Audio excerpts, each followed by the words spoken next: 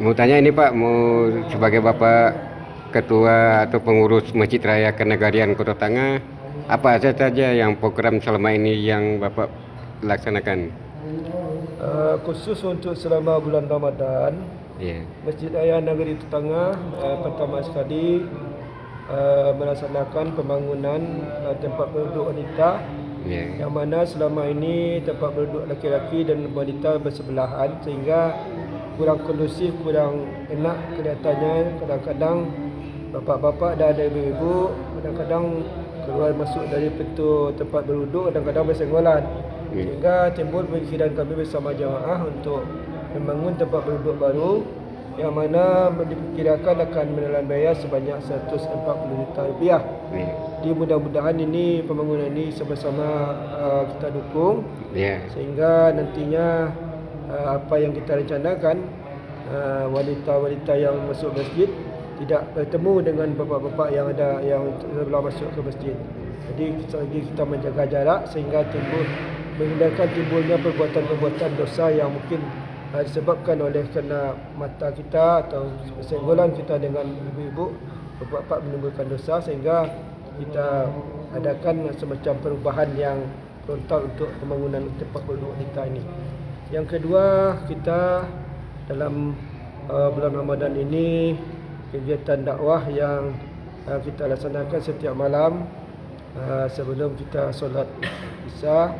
Sudah solat Isya, kita sudah menjelang Isya, kita menjelang tarawih.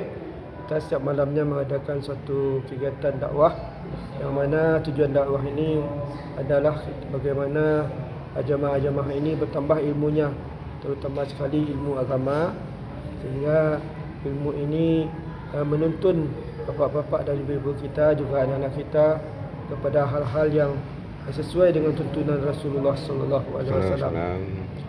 Juga kalau dalam masalah kegiatan yang lainnya, Masjid Raya Kota Tangah juga sebagaimana masjid-masjid yang lain melaksanakan kegiatan pesantren Ramadan, yang mana pada tahun ini pesantren Ramadan kita diikuti oleh anak-anak SMP dan anak SD. Anak SMP lebih kurang putra-putri sebagai santrinya berjumlah sekitar 40 orang. 40 orang. Untuk 40 orang, sedangkan untuk NSD berjumlah sebanyak 34 orang. Jadi jumlah keduanya adalah 78 orang santriawan yang mengikuti kegiatan pesantren tahun ini di bulan Ramadan ini. Selanjutnya juga anak-anak kita nantinya yang utama sekali dalam pembinaan pesantren ini, panitia menekankan adanya hendaknya perubahan dari sikap laku anak-anak yang selama ini mungkin anak-anak kita kurang punya adab etika dalam bergaul juga terhadap orang tua, sehingga betul-betul nantinya anak-anak kita ini kita bimbing dia bagaimana dia sebagai anak yang tulus, ikhlas dan pandai berbakti kepada orang tua dan ibu bapaknya. Juga dalam kegiatan selanjutnya, pesantren di Ramadan ini insya-Allah mudah-mudahan berlaku selama 15 hari dan juga sesuai dengan program pemerintah Kota Padang, sehingga kegiatan ini akan berakhir besok pada tanggal 6 Mei 2021. Jadi besok malam cara kita mengadakan penutupan sehingga anak-anak kita mudah-mudahan dapat menghadirinya, dan juga kami harapkan kepada ibu-ibu dan anak pesantren ini bisa hadir sehingga tujuan capaian yang akan kita capai nantinya mudah-mudahan dapat kita sasaran yang dapat kita temukan hendaknya.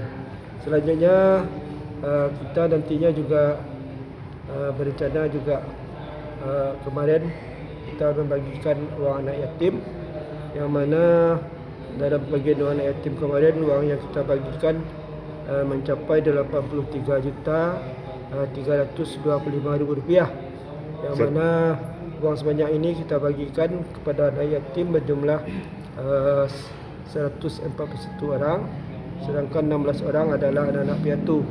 Jadi dalam pembagian ini memang kita bedakan mana yang anak yatim dan anak piatu kita bedakan.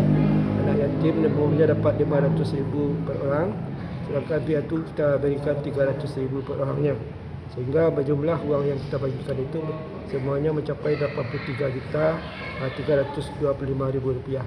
Kita berharap anak-anak yatim kita pada tahun ini dapat bergembira bersama kita, Amin. dapat bergembira bersama teman-teman, sehingga tidak ada anak yatim kita yang bersedih di hari lebaran nanti. Iya, amin. Jadi itulah harapan kita semua. Mudah-mudahan siapa yang pedulikan anak yatim lagi kalau bukan kita yang peduli.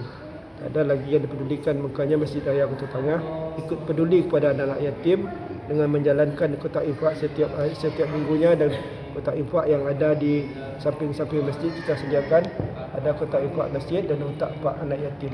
Semua ini tujuan kita adalah sesuai dengan apa yang dicantumkan dalam Al-Quran, ara'aital ladzi yukazzibu bidin fazalikal ladzi yad'u yatim. Tahukah kamu, kata Allah, orang-orang yang mendustakan agama, iaitu orang-orang yang tidak peduli dengan anak yatim. Jadi kini kita menampakkan kepedulian kita. Mudah-mudahan ini bisa berlanjut sehingga anak-anak yatim kita berbahagia bersama kita. Amin. Itulah kegiatan kita pada bulan Ramadan ini. Mudah-mudahan kita lakukan semua dan Allah memberikan peluang bagi kita untuk dapat menjalankan sebaik-baiknya. Amin ya rabbal alamin. Ya, untuk program tahun puasa ke depan apa lagi, Pak? Kalau ke depan kita merencanakan bagaimana nantinya kegiatan anak-anak dari didik kita, nanti kita usahakan punya rumah-rumah tahfiz di sini. Jadi mudah-mudahan ini sebagai juga tahun dulu kita punya rumah tahfiz, tapi sekarang tidak jalan, dan mudah-mudahan kita jalankan lagi dalam sesudah kurikulum pelajaran dimulai nanti. Sekitar bulan Agustus atau bulan Juli nanti kita mulai lagi, sehingga kegiatan anak-anak kita dalam anak didik kita mudah-mudahan dapat berjalan sesuai dengan harapan kita semua. Ya, dana dari masyarakat melalui langsung dari masjid apa melalui rekening bank di mana, Pak? Kalau kita sekarang memang dana kita cuma dari masyarakat saja, karena terkendala pemerintah sekarang ini tidak mau membantu kalau masjid itu tidak mempunyai sertifikat tanah. Jadi masjid kita sampai sekarang belum mempunyai sertifikat. Kami dari pengurus telah berusaha, tapi ada kendala teknis dan bersama niamat kita mungkin. Jadi sampai sekarang kalau surat pernyataan sudah ada. Cuma untuk urusan dari untuk ke agraria atau pertanahan kita memerlukan surat keterangan wakaf. Jadi surat keterangan wakaf itu sekarang belum ada yang bisa memberikannya, sehingga tidak bisa kita lanjutkan untuk ke Dinas Bagian Pertanahan Kota Padang. Terima kasih, Pak. Ya. Informasinya, semoga sukses selalu Masjid Raya Kenegarian Kota Tangah. Amin.